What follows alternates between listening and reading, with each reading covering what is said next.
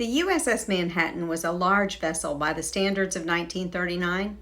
She belonged to the United States line and seemed huge to me, who had never been near an ocean before. After a long wait to have our papers inspected, we finally made it across the gangway to enter this floating palace. Aboard the ship, we saw passengers on the upper decks, which were out of bounds for us. They were well-dressed travelers, cruising and strolling on the decks, and we heard the dance bands playing. Our cabins were on the lowest deck and tiny. Each cabin held bunk beds, and I was assigned to the top one. Showers and toilets were down the hall, one for the men, one for the women. I can't remember the woman who shared my cabin, as I had my group and she had hers. I went up some stairs to the deck where the dining room was. I could go outside there and was fascinated by the preparations for departure. Finally, at 5 p.m., a huge horn blast signaled the moment I had been waiting for, and the Manhattan moved ever so slowly away from the pier, nudged by tugboats. We were on our way.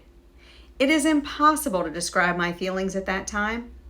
I was torn between the sadness of leaving my family, fear of the unknown, and a hope for a better life.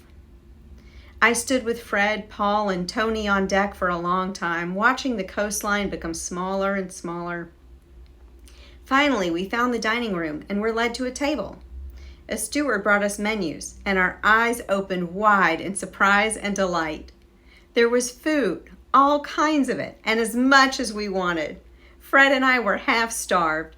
We ordered food from soup to nuts and ate until we could not eat another bite. This was heaven. After dinner, we went back on deck until the sky was dark and delighted into the spectacle of stars by the millions. We had never seen the Milky Wash in such splendor. I returned to my cabin and found my luggage was waiting outside.